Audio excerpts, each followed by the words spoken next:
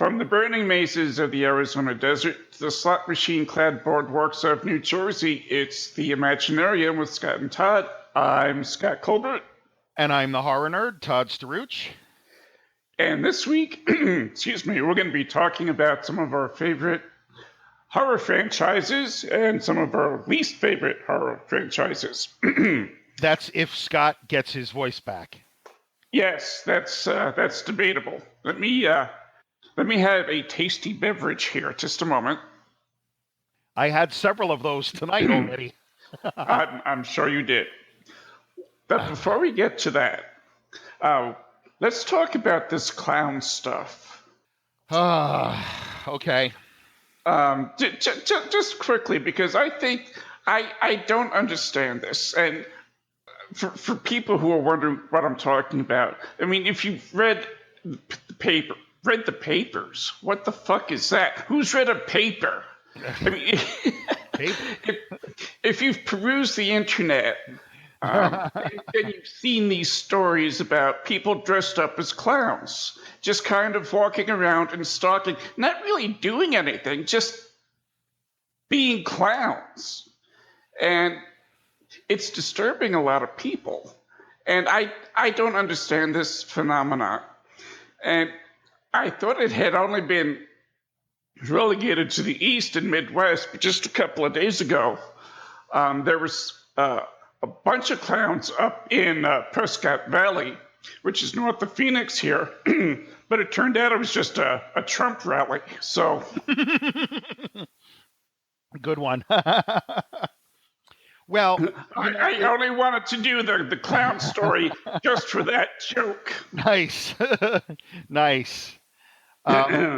Well, it has since graduated from just people in creepy clown masks sort of lurking around to like people in clown masks, like chasing people with knives and generally, really being menacing. And in my opinion, like there's two sides to it. Like part of me says, well, it's typical internet overreaction to things. Yeah.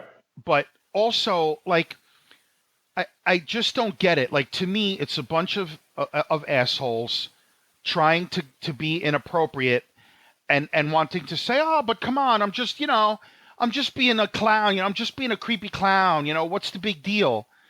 You know what? Stick to haunted houses and stick to, birthday parties and other areas where people expect to see clowns. My ex-wife has a very legitimate fear of clowns. She realizes that it's an irrational fear, but she cannot control it. She is terrified of clowns. So why should someone be subjected to see a creepy clown in a mall parking lot or in the woods near their apartment complex or something like that, That's bullshit, like stick to the haunt fairs.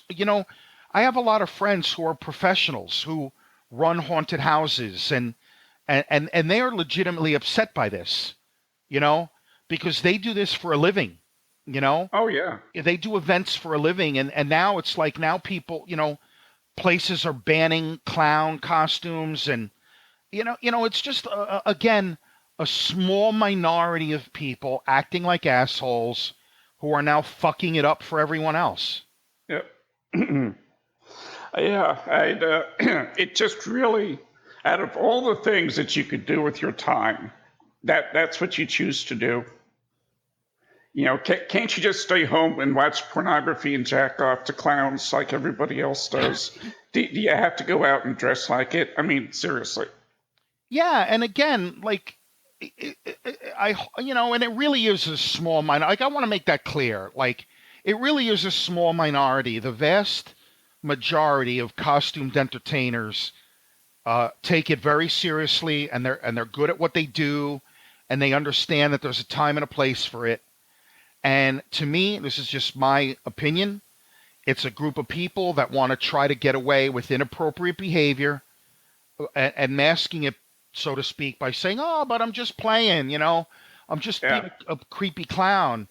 And a lot of people, I posted about it on my Facebook page a few days ago, And a lot of people were defending it and saying, "Oh, what's the big deal? You know, it's a public space. They're not hurting anybody." Well, guess what? Like, we have laws against, menacing and public disturbance. If there's some guy across the street from my daughter's school just standing there in a clown costume, I don't care if he's technically trespassing or not. He's going to have a bad day, because it's not appropriate. Like, why are you fucking doing that? And if Yeah. some father or, of a kid comes over and beats your ass, well, you know what? You deserved it. Well, see, I'm just waiting for that. I'm waiting for a clown to get their ass kicked. And then we'll see how much longer that lasts. It's bound to happen. And, there was a hoax, like someone posted a story online about one of these, clown costume people getting shot in Indiana, and it turned out to be a hoax. But that's what I'm thinking. In one of these open carry states, where these jackos are walking around with their penis enhancements, open carry, are going to get spooked and are going to open fire on one of these guys. And then you're right. You're going to be like, well, was that fucking worth it? Yep. Like, did you prove your point? Like, ooh, you scared somebody. Like, again, just stick to the events, stick to the haunted houses. Do what you do, Like, if you're a scary clown, that's awesome. Go ahead and scare people. But people who go to, like, an event or a haunt fair or something, they expect it. They're like, they understand they're going to be scared and creeped out, I don't know. It's madness, I tell you. It is. And speaking of madness, and I know, I had made kind of a promise to myself that I would try and avoid politics on the show. But I have to mention this. I read an article that came up on my Facebook feed, and I'm going to mention these two names, and I can already hear you groan and your eyes roll in your head. But the Drudge Report and Alex Jones are telling people that Hurricane Matthew is a distraction and that it's a left-wing conspiracy, that the speeds of the wind are nearly as fast as what the meteorologists are saying. And they're telling people that they don't have to evacuate because it's all a bunch of lies. I got nothing. Like, I can't even deal with that shit anymore. Like, all I know is, like, I understand that the media loves hyperbole and they love to hype things, but I have friends in Eastern Florida who have lived through hurricanes. The National Hurricane Service said, no, this is for real. Like, this one is packing a wallop, and it's a very dangerous storm. You need to evacuate. But I don't even know. Man, these guys are just idiots. I can't take it anymore. Like, yeah, and the thing is, people believe them. People are believing that. And I just, I just don't understand it. Because, I've got, friends in Florida. And Jonathan, who was on the show a few months ago, lives in Florida. Yeah. And my friend Joe, who's been on the show several times, he lives in North Carolina. So, I've got, friends and people who I care about, in the path of this hurricane. And I think I've got cousins that live down in the Carolinas or Virginia or Florida, somewhere around there. So I don't find it funny. And I really hope that, God forbid, if somebody dies because they didn't evacuate because Alex Jones or the Drudge Report said not to, I hope they get sued and they lose their ass. I really do. Man, me too. It's just, dude, I don't even know what to do anymore. I've been interested in politics since I was 12 years old. 1980 was the first election I paid attention to and followed it along. And I asked my parents a lot of questions. This is the first, and every election has circus-like elements to it. But I've never seen anything like this. Like, and I don't even care who you support. It's just become so ridiculous. Like, It it it's bread and circuses. yeah, I just can't. I got nothing. Like, and you know me, I'm not often at a loss for words. Yeah, And I no, yeah, it's just madness, I man. yeah, I agree with you 100%. I just want to get it over with I, by I now. I want this election to be over so badly. I Yeah, and well, we've got 33 days left. the and again, we'll not to drag the show down into the political sewer. It's just a level of, and even on like a personal level, this election has brought out a side of some of my friends that I thought I knew. Yeah, I thought I knew these people, and I am now at a point where I am thoroughly shocked. And to be fair, it's on both sides of the aisle, yeah, much more so on the Trump side. I'm just going to put that out there. Um, you know, and you're right. I just the continued dumbing down of America. People will fucking believe anything. Like, yeah.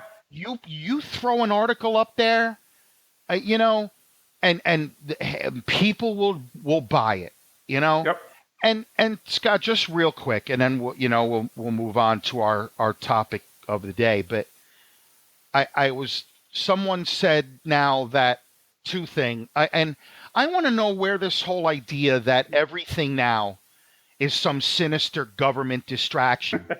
Like, someone now said, oh, the whole clown thing is another government distraction, like to turn our attention away from some insidious thing that they're doing now.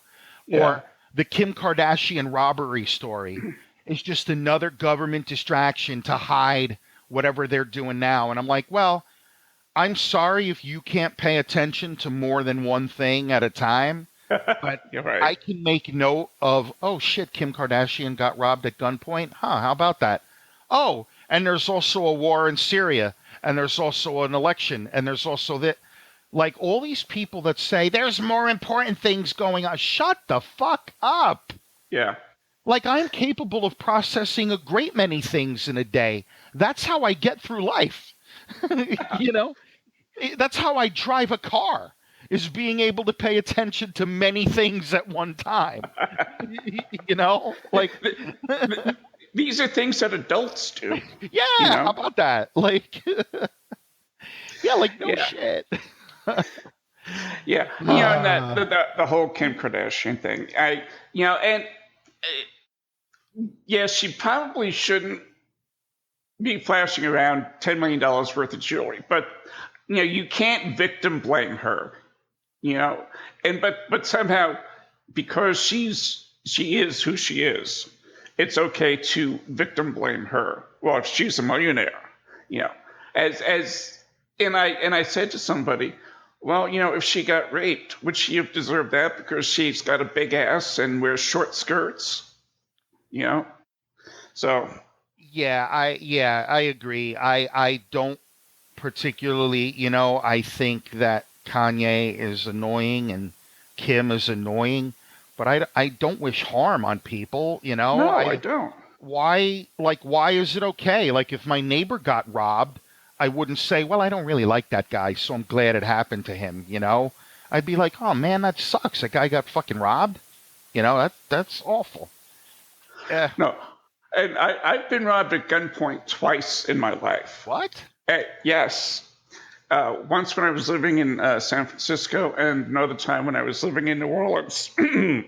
And I know exactly how scary that is. Now, I wasn't tied up or anything like that, and unfortunately, because that probably could have been fun. Well, normally you have to pay extra for that kind of action. Yeah, but looking down the barrel of a gun is a scary fucking thing. Yeah, that's fucked up. It is. So, anyway, enough of that. Uh, the reason I came up with the idea of talking about our favorite franchises because I had watched Phantasm 5 Ravager the day before yesterday when it came out on VOD. Because I really love the first Phantasm movie. It's a Yeah, me too. classic, and it's a time capsule of America that I really relate to. And I absolutely love the movie, and I think the Tall Man is one of the great horror villains of all time. Now, and even the second one was very good. Maybe even a little bit better than the first as far as production values go. 3 and 4, which were direct to video, were pretty much shit. So I was looking forward to the fifth one, and I enjoyed it. I really liked it.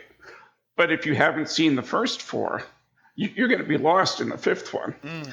But anyway, it got me thinking about some of the favorite horror franchises that we have. And I'm pretty sure I know which one is your favorite, because we talked about this last year on the Halloween show. And I think it was the Saw franchise, wasn't it? I don't remember what I had for breakfast. So to ask me what we talked about a year ago, sorry, or was man, it I had no fucking Paranormal idea. Activity? Yeah, no, I think it was Paranormal Activity. Just because, and mainly because I have a lot of sleep and nighttime phobias, Right. so it really, really stuck under my skin. But and I think I said, well, if you put a gun to my head, because I like a lot of franchises, but like most of them, they're very uneven. Yeah. So as we chat about different franchises, I'll kind of go into what I mean by that. But I don't know that I really have a favorite, and I don't know that I really have one that I hate. But in any given franchise, I have installments that I love and that I hate. Yeah. Well, let's go through some of them then. And since I was mentioning Phantasm, I guess we can start off with that. And as I said, I love the first one. It's a classic. I just think I really can't say enough good things about it. And the same for the second one.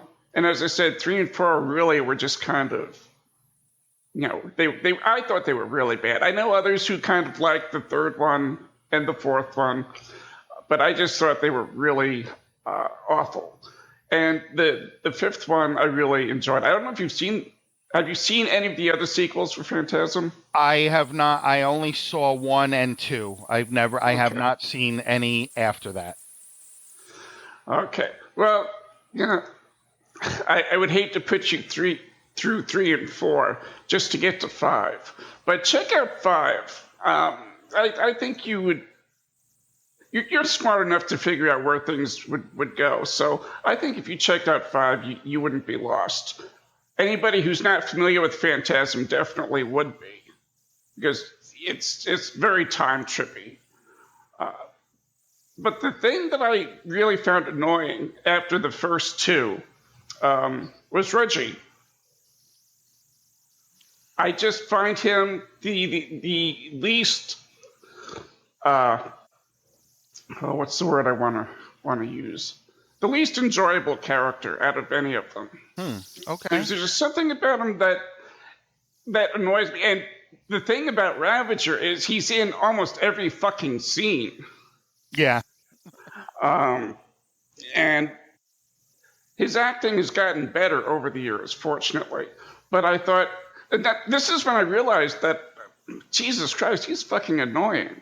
But even with that, Ravager was still a good way to tie it up. Yeah, I'm looking forward to seeing it. I had heard about it for so long, and not this year, but last year, Don Coscarelli was at Texas Frightmare Weekend, and I had a chance to talk with him, a little bit about the franchise and whatnot, and he was signing Ravager posters, and I said, oh well, when is this going to actually be released? And it was still caught in like distribution hell at that point, So I'm glad to see it come out, just because I had heard about it for so long, and I'm like, well, when is this fucking thing, finally going to get released, because I hate that. Like, how long have we been hearing about Jeepers Creepers 3? Yeah, I'm like, make exactly. the fucking thing or don't make it. I don't even care at this point, or the next Chucky movie. I'm like, I really don't care. There we go. If I had to say if there's a series that I don't really care for, it's Child's Play. I like the first one, and after that, don't Yeah. care. Don't care at all. Yeah, I do like the first one because it took itself seriously. It didn't evolve into camp like the others did. Now, having said that, the one that I really enjoy, I think, was Bride of Chucky. It had John John Waters in it, who had a cameo. But I thought, for whatever reasons, I thought that one was really funny, and I liked that. But yeah, I would say Child's Play isn't in the top of my favorites of franchises.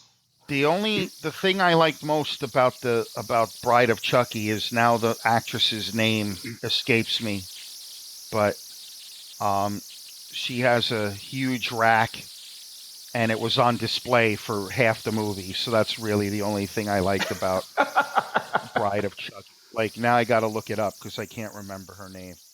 And Wasn't it one of the Tillys, like Meg yes, Tilly? Jennifer Tilly. There you go. Jennifer Tilly. Okay, Yeah. there you go. So yeah, like I kind of I enjoyed that aspect of it. Or Jennifer Titty. Yeah, there you go. Oh, there's that Scott. He's being sexist again. Oh, yeah. Oh well. Titty, titty, titty, titty, titty. There you go. I love some titties. So I think we all know that. So yes, that's not a surprise. Yeah, there's really no shock there. Send all your hate mail to Scott Colbert. One of the things that I'm doing for Halloween for the website is I'm going through all of the Halloween movies. Last year I did the seven nights of Freddy for all the Nightmare on Elm Street movies, and because that's probably my favorite franchise. And I decided this year I would probably do the Halloween series because I think it's probably appropriate to do Halloween for Halloween, And what I'm discovering is outside of 2 or 3 of the movies, they're all really fucking bad. Yeah, go ahead. And the original isn't nearly as good as I remembered it being. And I know I'm going to get heat for this when the article comes out, but I lay out specifically why why I think it's a bad movie, but I still agree that it's iconic and it's a classic, but it's not necessarily a well done movie. Yeah, well, it's funny. We've talked about this on various episodes of the show. There are films that I do not worship nearly to the same degree as other people do, and Evil Dead for me is the best example of that. I thoroughly appreciate it for what it is. People seem to forget that it was a student film, but I do enjoy some of the techniques that Sam Raimi came up with, like attaching the camera to the end of a 2x4 and using it to get like those sweeping shots like through the woods and stuff was pretty fucking cool. You know? So I give the movie credit for where it lives in sort of the horror pantheon, but I don't bow down. I think Evil Dead 2 was better. So I know a lot of people like bow down, like so many people bow down at the George Romero altar, and I'm like, I get it, but what has George Romero done that's good in the last 25 years? Well, yeah, I challenge everyone to tell me, and no one can. Yeah,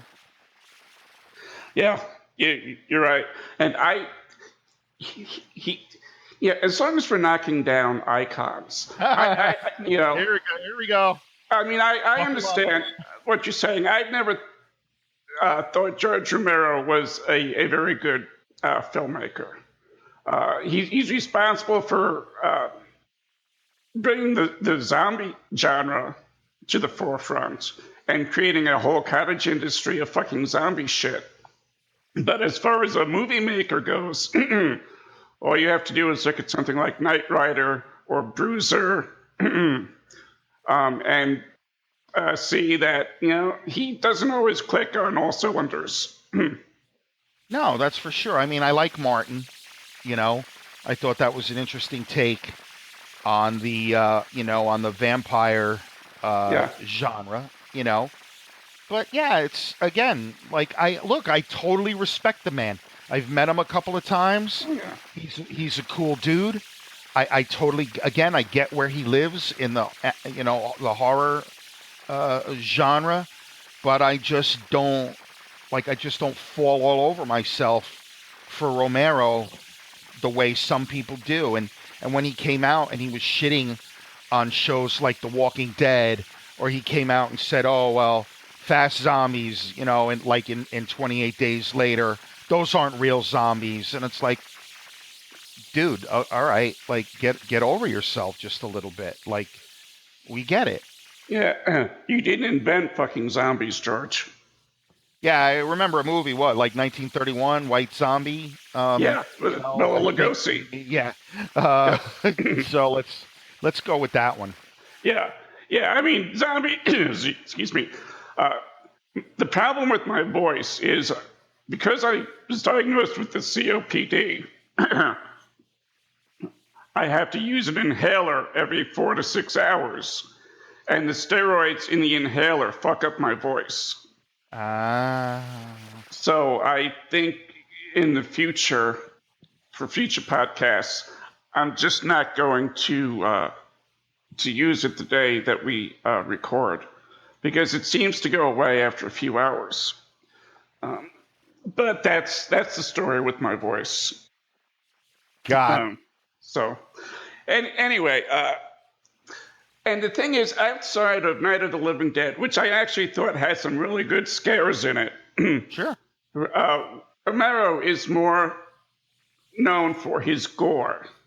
I mean, if you think about Day of the Dead, Dawn of the Dead, you think about some of the iconic scenes, like like the helicopter scene where the propeller chops the top of the guy's head Sure. off, and stuff like that. You don't think of Romero as tension or suspense necessarily, although he did do that very well in Monkey Shines and The Dark Half.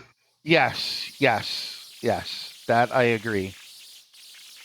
In fact, I think Monkey Shines is probably my favorite movie of his.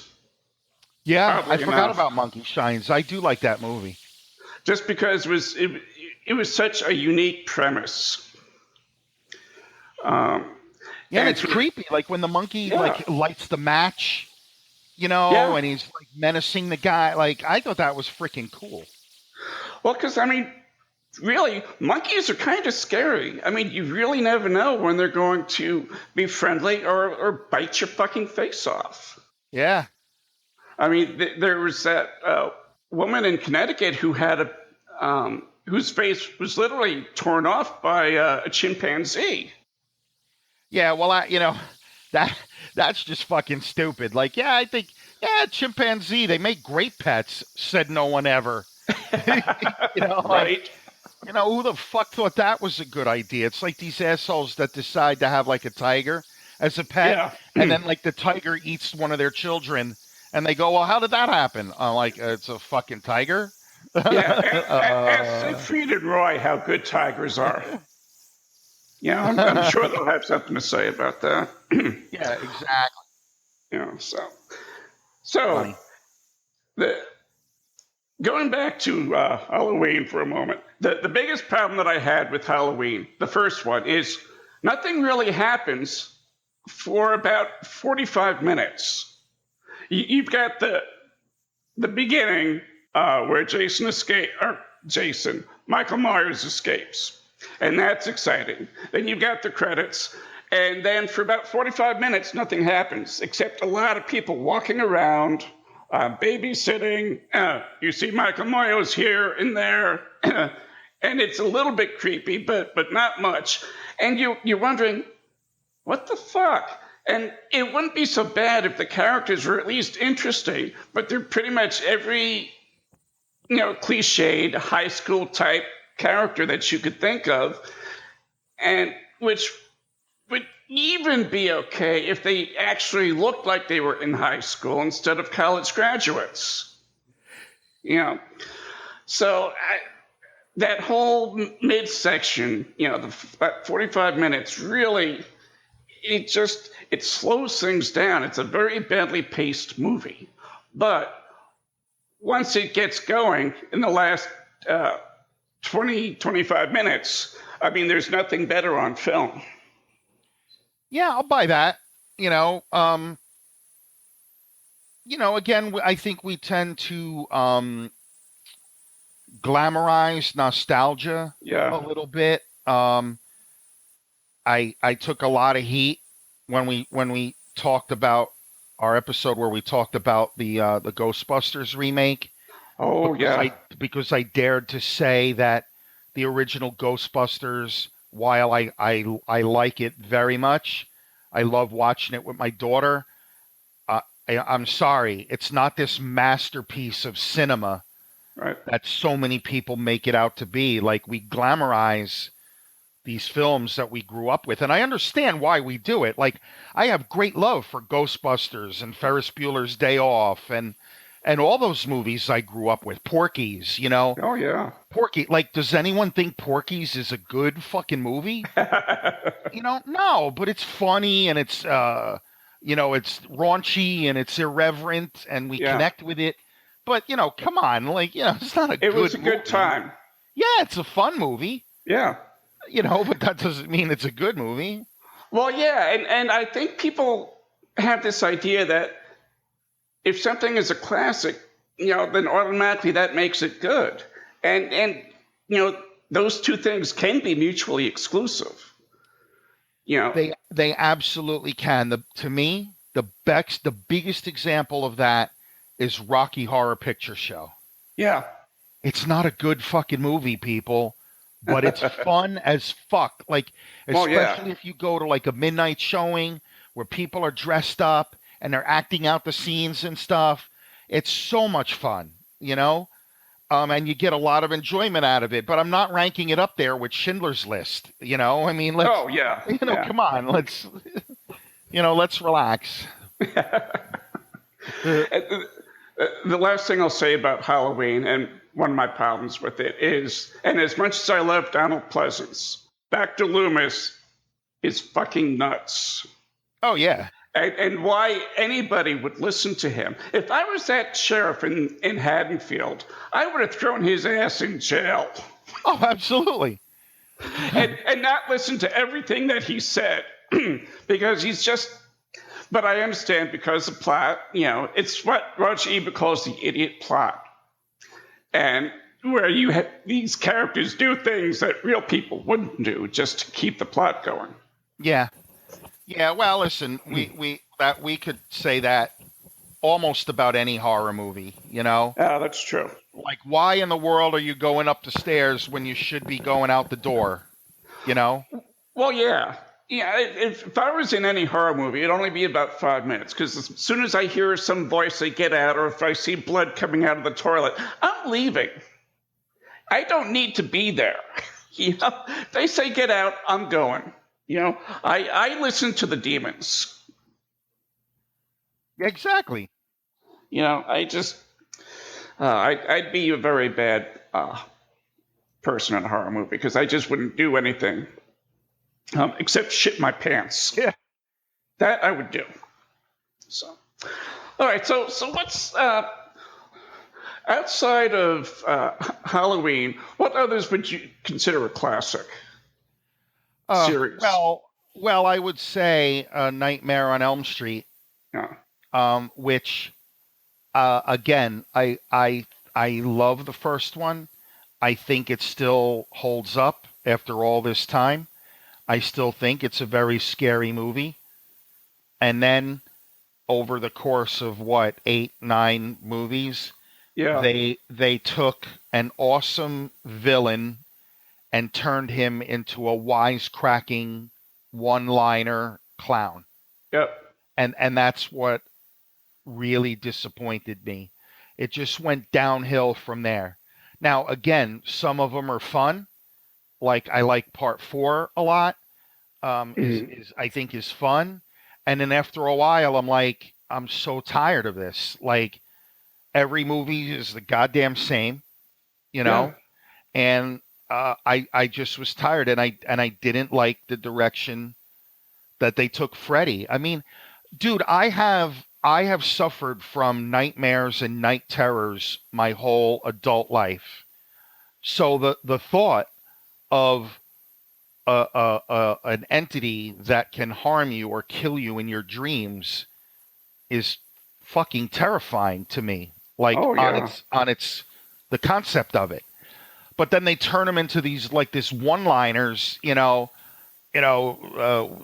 what he kills a girl with the TV, and I forget what he says, like "tune in, bitch" or something You're like that. you're on prime time, Yeah, bitch. we're on prime time, bitch, and I'm like, what?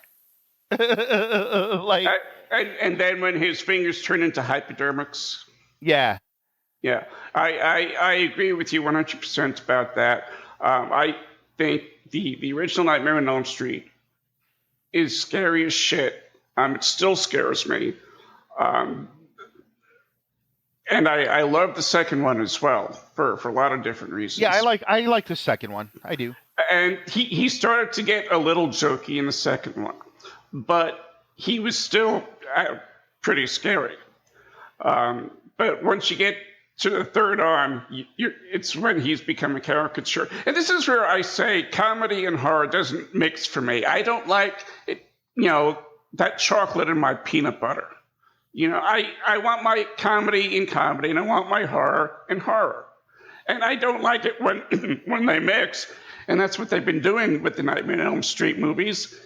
And it's funny because Wade and I talk about this every once in a while, and he loves the earlier ones. He's not a huge fan of 1 and 2, but he likes the later ones. I think the fourth one is his favorite, and because of the humor and the way Freddy is and whatnot, I don't understand why people feel the need to have comedy in their horror, other than you can relieve the tension in other ways without somebody making a wisecrack. Um, I will agree with you, but I will also say that I don't mind horror comedy when it's designed to be horror comedy, like Right. shows like horror movies like Eight Legged Freaks Oh or yeah, yeah, Big Ass Spider or something like that, like where or Tremors. I think yeah, Tremors is a good example of successful horror comedy, you know. yeah. But I understand your point.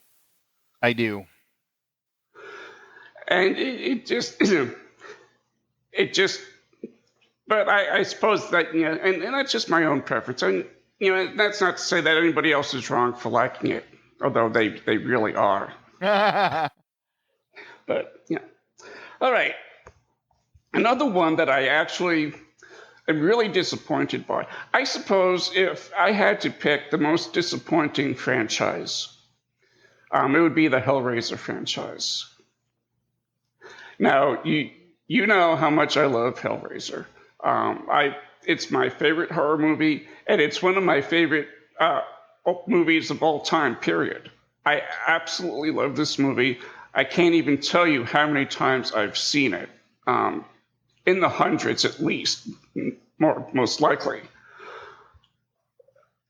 But the sequels really they went downhill quickly, very quickly. I know a lot of people like the second one. I didn't care for it a whole lot. I they took the personal story away, and it made it a much larger landscape that I didn't really like. Excuse me. And then after that, they're not even worth talking about, really. I I agree with you. I liked. It's funny. I was just talking about this with some friends that I saw today. We're talking about horror. Um, I liked part one, obviously. I liked part two quite a bit. Didn't care for three.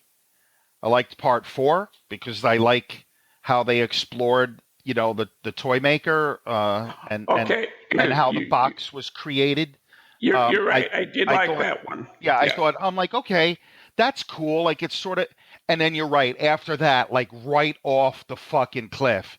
yeah. And it's funny. I was at a convention and I saw Doug Bradley right after part four came out, and no, part five, whatever. I think doesn't matter. My brother-in-law was with me, a couple other people. But Doug Bradley is very nice, and he's a fun guest. And I didn't mean it.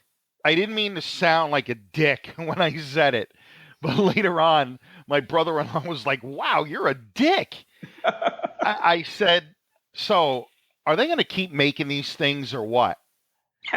And he looked at me and he goes, "Why? You didn't like the last one?" And I'm like, "Well, you honestly, you want my opinion? They're just not as good. Like, they're really not. You're trying to recapture that magic, and all you're really doing is, let's come up with some different Cenobites, and let's find out new ways to trick people into opening the box, Yeah.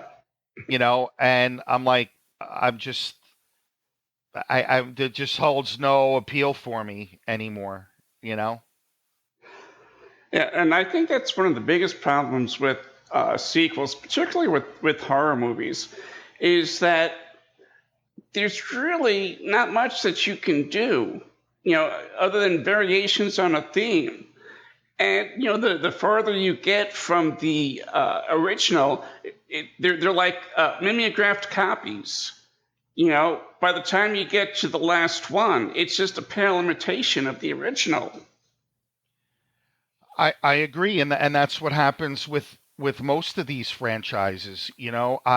I happen to like the Saw franchise, but after a while, it became just it became more like an event for my friends and I. Like we had a group where every Halloween we would get together to go see the latest Saw film. It was just something that we did, not because we thought they were great, but because we thought, oh, all right, it's just something we do now. Let's check out the new, and Yeah, then and all you it want to see became. what puzzles he's going to come up with. Yeah, but then that's all it was how many different ways can he chop up a human being, Yeah. you know? And we really only saw it because we were all gorehounds, you know, and we're like, "Oh, let's like you said, let's see what new traps he's going to come up with." But that doesn't mean we thought they were good movies. I love the original Saw. I think, and I think part of that is I really like Carrie Elways. Um, was it? Yeah, it was Carrie Yeah. Elways who was in that. Yep. Um, I liked him for ever since I saw him in Another Country back in 1984, 85, or something like that. He was barely 21 at the time he made that movie. And I've been a fan of him that long. And I thought this was really a fantastic movie for him because he hadn't really done a whole lot since Princess Bride. Right. Um, and it was just a really good one room horror movie. And I thought it was just very well done. And then you get the problem of, well, the sequels, it has to get bigger and bigger and better and more convoluted. And I think that's another problem. The more sequels you get, the more backstory and other things that you have to fill in until you can't get any kind of semblance of canon because everything contradicts itself. Yeah, I agree. The one thing I thought was cool about Saw is when I went to see part four, and it turned out, spoiler alert, it turned out that parts three and four were had actually been happening at the same time. I thought that was pretty clever. You know, like you figure out like that they were happening on the same exact timeline.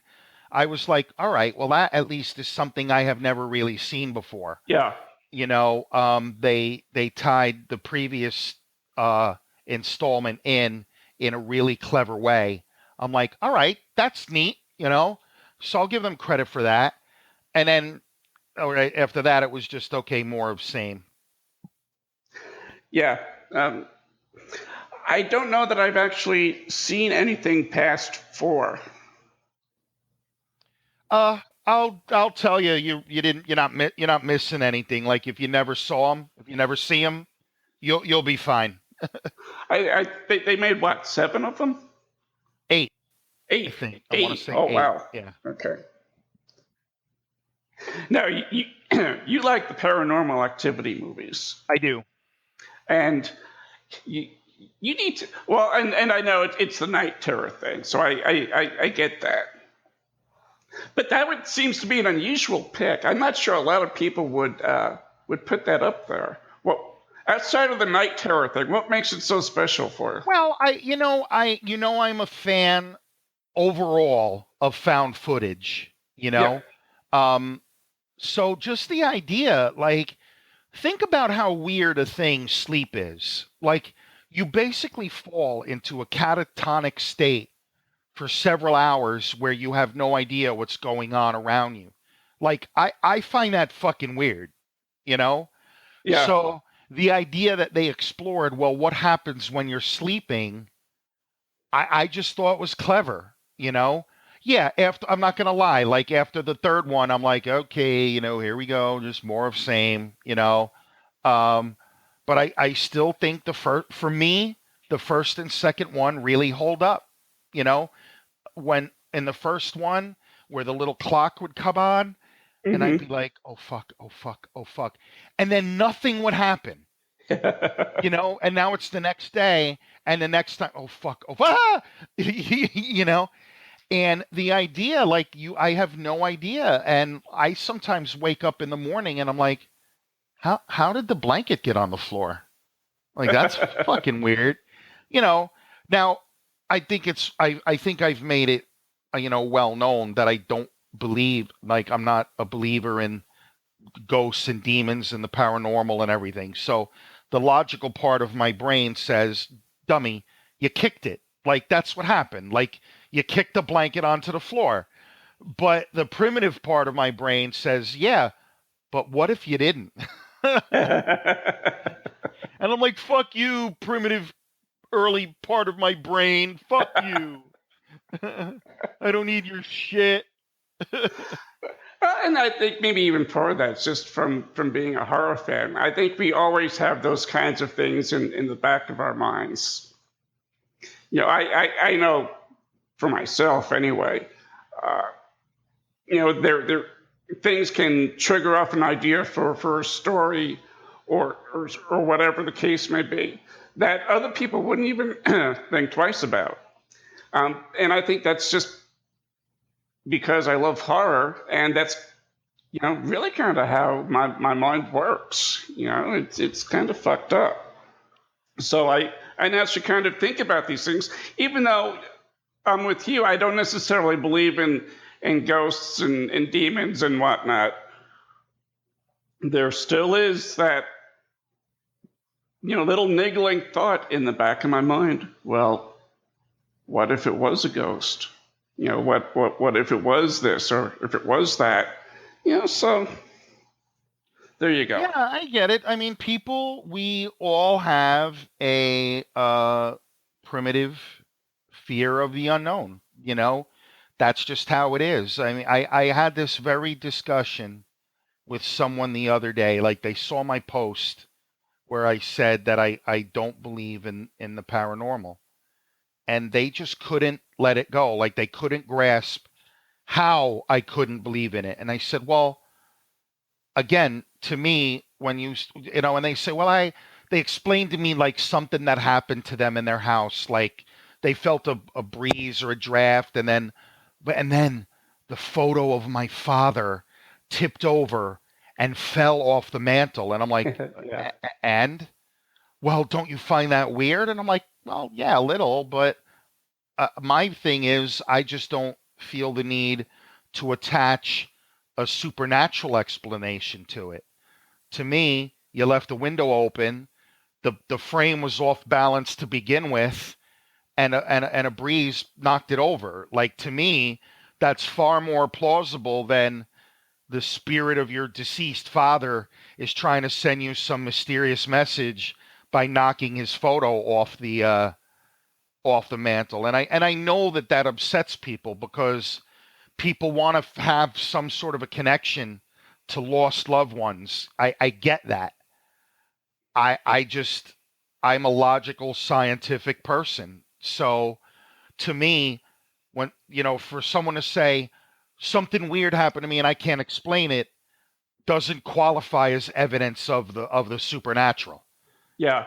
There's a lot of things that I can't explain. I still can't figure out how a fucking airplane stays up in the air, or a Right? or a battleship can float. Yeah. I'm like, that's some sorcery right there, I mean, it is when you really think about it. right? I You can't know, explain that, but that just means that I can't explain it. You know, and I can't explain gravity either. That doesn't mean it doesn't exist. You right, know? Yeah. right. And the other side of that coin is people who believe in angels. Oh, angels, or better yet, prayer saved this man's life. He had cancer and we prayed over him, and the angels came and healed. Well, what about the fucking doctor that was there? Don't you think he had a little bit to do with that? You know? Oh, listen, no, Scott. God always bats 1,000, always. Like, and I always, my counter argument to that is, all right, well, what happens when you pray for the person and they die anyway? What, you Well, it didn't was do it God's right? will. You didn't do it right? Or like, yeah, exactly. It's God's will. It's always a way. There's always a way out. Yeah. Like, there's always a way to explain it. Like, my Facebook feed is lighting up with people sending thoughts and prayers to Florida because of Hurricane Matthew. Listeners, you won't hear this for several days, but right now there's a Category 4 hurricane bearing directly down on the east coast of Florida, and it's looking to be a really, really bad one. And of course, people are sending their thoughts and prayers, and I'm like, well, didn't God send the hurricane to begin with? Yeah. So which is it? Like, you know, I don't get it. I don't understand. We could dedicate an entire show just to that topic. Oh yeah, for me whining and crying about religion, yes, we Yeah. could. So, well, let's get to winding this up. Let's talk about what do you think is the most consistent franchise in terms of quality of the movies? The most consistent franchise in terms of quality. Huh. That is an excellent one. I would say up until the very end, I would say Friday the 13th. Hmm. And it was mainly because it was just consistent in sort of its message of this unstoppable killer doing his thing. Each movie had clever kills, you know. I didn't care for Jason X. I thought that one was just a cartoon. But I just find like I kind of enjoyed all of them because they didn't try to overthink it. You know, they didn't try like some complex shit. So I think Friday the 13th for me is probably the most consistent. Interesting. And it's funny. I had completely forgotten about Friday the 13th until you mentioned it. And I could just hear people, well, aren't they going to talk about Friday the 13th? Yeah. Well, if he hadn't said that, no, we weren't. Yeah, no, we would We would not. I, it's not my favorite franchise. I think the second Friday the 13th is better than the first one. And I will admit two things. I have a soft spot for Jason Goes to Hell for whatever reason. And I really like the Freddy versus Jason movie. You did? Yeah, I did. I thought that was a lot of fun. So sue me. I might. But I think the most consistent franchise is the Psycho series. Okay. Interesting. I mean, obviously, you've got the original, which is a classic. Psycho 2 is a very worthy successor to the original.